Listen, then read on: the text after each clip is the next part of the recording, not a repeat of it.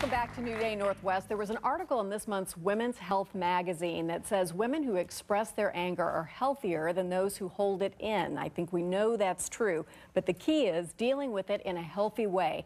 There are 5 tips that we have for you today for handling anger, and here to give us all of this information is counselor and author of the book Every Woman's Guide to Managing Your Anger, Dr. Greg Jantz. Dr. Jantz, welcome back. Oh, it's good to be here. Managing anger. Now, this really is an important topic. It is, and I think this is freighted with so much for women because there's so much social pressure saying you should be nice, you shouldn't be angry. Well, you are supposed to be nice. Yes, and you can be nice about the way you express your anger, but it doesn't mean holding it in, right? Well, right. It doesn't mean holding it, because anger is the great poison. And a lot of women are angry, they don't realize it. Because it wasn't okay to express it. Right. So it went inside, maybe it got transformed into an eating disorder, maybe depression. It got depression. Depression's the favorite. Yeah. And here you are, you go, I realize I'm full of resentments and anger and hurt and bitterness, and I don't like where I'm at. And how do you fix that if you can't put a name on it, a proper name on it? And a lot of times you got injured, it was justified, yes, but you know what? It's not helping us by carrying it. No. And we don't know how to express it. I mean, who was our role model for healthy expression of anger? Most of us didn't have... No. Well, I grew up with a very traditional Southern mom, and ladies just don't get angry. Right. Except apparently I'm not a lady, because every now and then I... You show a little bit? You do? Now and then. I know it's hard to believe. What do you do? So you have tips for us about how to properly express this. Well, let's start remember... with number 1. All right. Number 1. Do we have those here?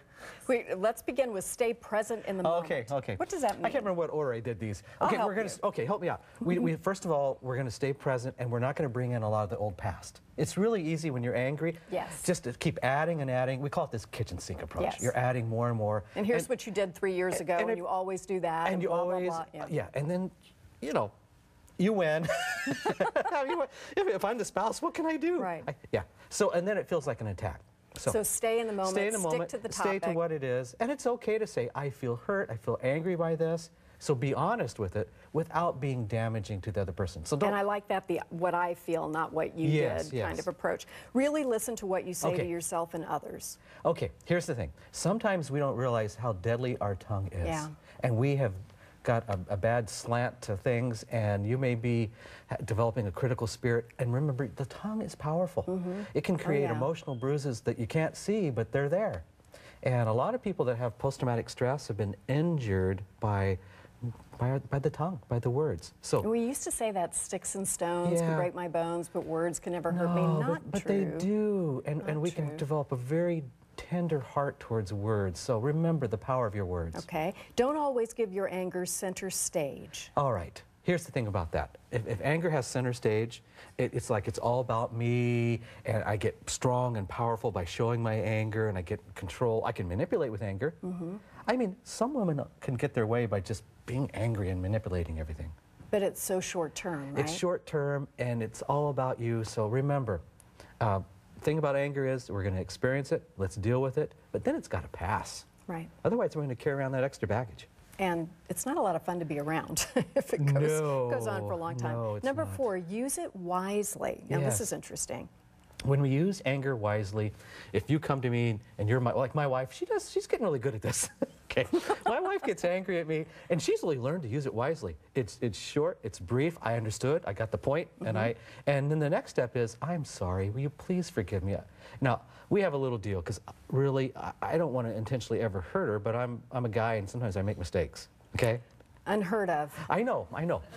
But occasionally I do, and I hurt her, and it really was not intentional. Now, if somebody's angry at you, do you always have to say, I'm sorry? What if you don't agree? Can you just say, I feel bad that your feelings were hurt. I hear you. Is there some other answer? The biggest thing is to feel heard, listened to, and understood. Got it. So, and for guys, give up the need to be right. I mean, let your wife have her opinion, let her share her anger, and don't get into a debate. We can live through it if we disagree. Oh, you know what? Just give up the need to be right. Clear the deck. That's a very easiest good way to bit clear of the deck advice. is say, I'm sorry, I don't quite get it all, but I'm sorry, please forgive me. And I hear you. Yeah. I hear you. Number 5, recognize your anger can't always fix hurts or right wrongs. That's right. Well, that leads us to the next step, which is the hardest, forgiveness. Yeah. Okay? A lot of times when we've been hurt, we don't want to forgive.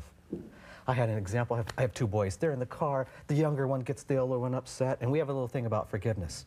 And the forgiveness says, I'm sorry, will you please forgive me? And my oldest boy said, no, I'm not ready. You know, and I thought, I need another 10 minutes. Yeah, I'm not ready to forgive him. And I thought, wow, that's powerful, because how often as adults do we do that? I'm not ready to forgive, I'm not done being hurt. Yeah. You know, what? That's only hurting you. Right. So sometimes we poison ourselves with our anger, don't realize it. And you know what? We love to be around forgiving people, because forgiving people have another trait that we love. That's gratefulness. You have gratefulness, you'll have optimism, and that opens up the room for joy. So forgiveness is a tough one to practice, but see yourself as a forgiving person. That's really super important, because it also means that you can be forgiven and feel that. And both of those things are very healing, to give it and to receive it. If you don't practice forgiveness, eventually you'll become embittered. It's going to poison all your relationships, past and present. And bitterness and joy can't really live together. They can't. Dr. Jantz, thank you so much. Those are very interesting tips. Dr. Jantz has some other ideas for channeling anger into something positive in his book that you can order by visiting our website. He's brought copies for everybody in the audience today, so please enjoy this. It's all about managing your anger in positive ways. Thank you.